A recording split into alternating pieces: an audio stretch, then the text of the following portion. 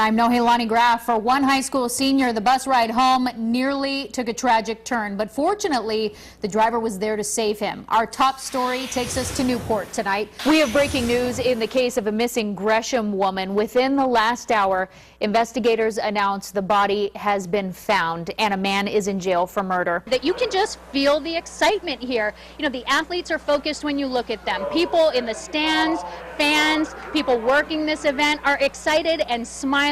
There's a lot of energy here. Great timing to talk about solar power today because we got plenty of it, but it sounds like it is limited. Okay, full disclosure, this next story has been featured on MSN and Yahoo News today, but I do have a personal connection and I'll tell you why in a sec. It was nothing like debate number one. President Barack Obama and former Governor Mitt Romney clashed sharply tonight, interrupting one another, as you just saw, even accusing one another of not telling the truth. More storm damage around Oregon. It took 27 hours, but utility crews finally have power restored in Oregon City, where trees pulled down 6 power poles overnight. In tonight's Crime Tracker, a warning from Eugene police to lock up your cars and take out any valuables, especially this weekend. They say 3 big events could create the ultimate opportunity for crooks. And I'm Ryan Cummings. And I'm Nohelani Graf, live at Hayward Field, where thousands of people have already come to get their first taste of the Olympic trials. Not much happening on the track tonight. The only noise out there, leaf blowers, cleanup crews soaking up all the water from earlier today.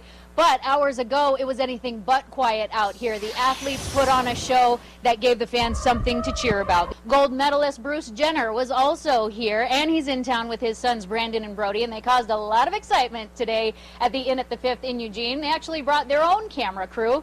E is filming them as part of their reality TV show, Keeping Up with the Kardashians. News Source 16's Angela Brower caught up with Bruce earlier today and talked to him about his return to Tracktown.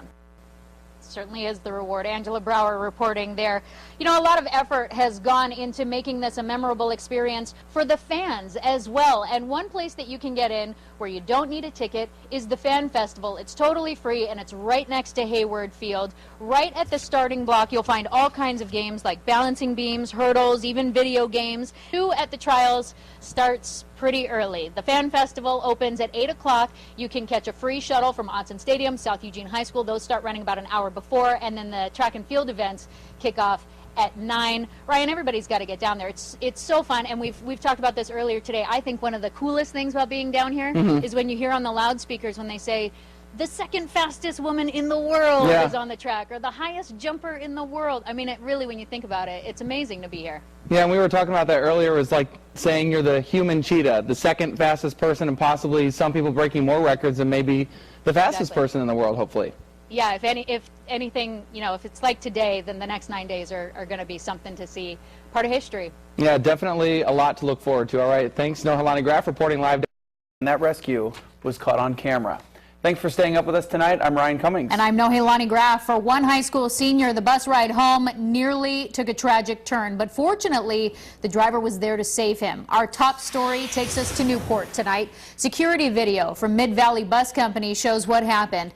Nico Deutsch was sitting in the back on the right last Wednesday. He accidentally swallowed a plastic ice cube with a gulp of water and began to choke. Students around him thought he was joking until Nico's face turned purple. They yelled for the driver to help. Jim McIntyre ran back, did La Heimlich, as you can see, and out came the ice cube. From the courtroom tonight, a judge sentenced a Lane County man to 20 years in prison for trying to hire someone to kill an acquaintance. Gary Tiffey pleaded guilty to 3 charges, including solicitation to commit murder. A 16-year-old is in the Surview Youth Center tonight, accused of pulling a gun on someone at a Springfield park. A neighbor tells News Source 16 that on Monday, a large crowd was fighting at Meadow Park when she heard the shots. Police say no one was hurt, but they did find the alleged shooter and say the gun had been stolen. There is new information about the murder of a Gresham woman. A public memorial is planned for Friday for Whitney Heichel at her church. Also, court papers now show 24-year-old Jonathan Holt told investigators he waited outside Whitney's apartment the morning of October 16th. He asked for a ride, then forced her to drive to a lake. Now, Whitney's attack has a lot of women talking about self-defense. It's new tonight. 80% of the time, women are assaulted by acquaintances, dating, and intimate partners.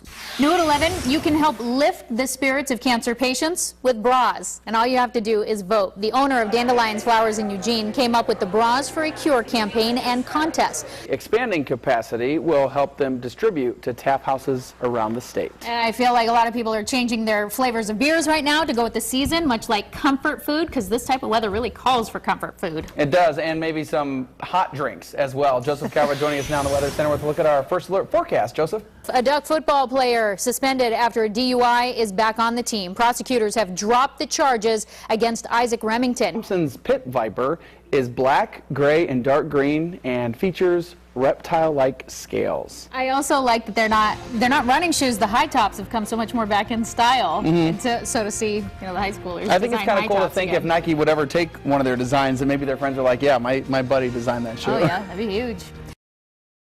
Picture this, a multi-story hospital on fire. Alarms sounding. Smoke-filled hallways. Patients scattered and scared. This is the scenario for Eugene and Springfield firefighters and hospital staff. I think this is the first time I know of that we've ever drilled in a high-rise where we've been able to smoke it up and actually have staff that works with us. A day of make-believe to prepare them for the real thing. There's always that chance. Some of it is mapped out. Each fire crew arrives already assigned a job. Some pull hoses. Others are on search and rescue. Removing the largest number of people that are threatened by the fire and then working down from there. A test of endurance. We just had a couple of small fires set which smoked up a couple floors, but as you can see, it's pretty taxing. And a chance to test every resource. Would you also dispatch Life flight lands to pick up what could be a burn victim to fly directly to Portland. Ladder trucks load patients from the roof and lower them down to ambulances. Inside and out, boundaries are stretched. Weaknesses are spotted. We were lacking resources right away when you have smoke on 2 floors and we had 11 victims. Again, this initial response was not enough to take care of the problems. For firefighters, a lack of manpower. For the hospital, a power overload. Too many walkie-talkies on scene canceled theirs out. Communication was cut, making this a critical exercise for all involved. As you do with anything in practice, you get better, and so we can kind of see where our deficiencies are and the good things that we do with it. Limits are pushed, lessons are learned, so when a real emergency calls, they'll be ready. It started as a friendly competition between Thad Starr and his brother. Who could grow the bigger pumpkin? If you could lift it, you lost. Then Thad's brother grew a 500-pounder, and this competition grew out of control. This pumpkin is pretty huge. I think some dogs can fit in. It probably could, and at 900 pounds, this sucker's the little one. Destined to be perched out in front of my house with a big smiley jack-o'-lantern face on it. He's got a 1,000-pounder waiting for competition, and another giant still on the ground. You got to touch him, you got to thump him just to see if it's real. And then there's Thad's prize winner, his Cinderella story. Really, you need luck on your side. A seed too small, soil bed too short, but still out came this, a 1,524-pound pumpkin, the heaviest in Half Moon Bay, 5th largest in the world. It needed a small crane and its own trailer just to leave the garden. The harder you work, the better you do, and I worked really hard. From here, there's no stopping Thad or these pumpkins. If you're 100 years old or 2 years old, it brings a smile to everybody's face. Sure, some women are at higher risk of getting breast cancer, but really, this disease doesn't discriminate. It doesn't see color or social standing.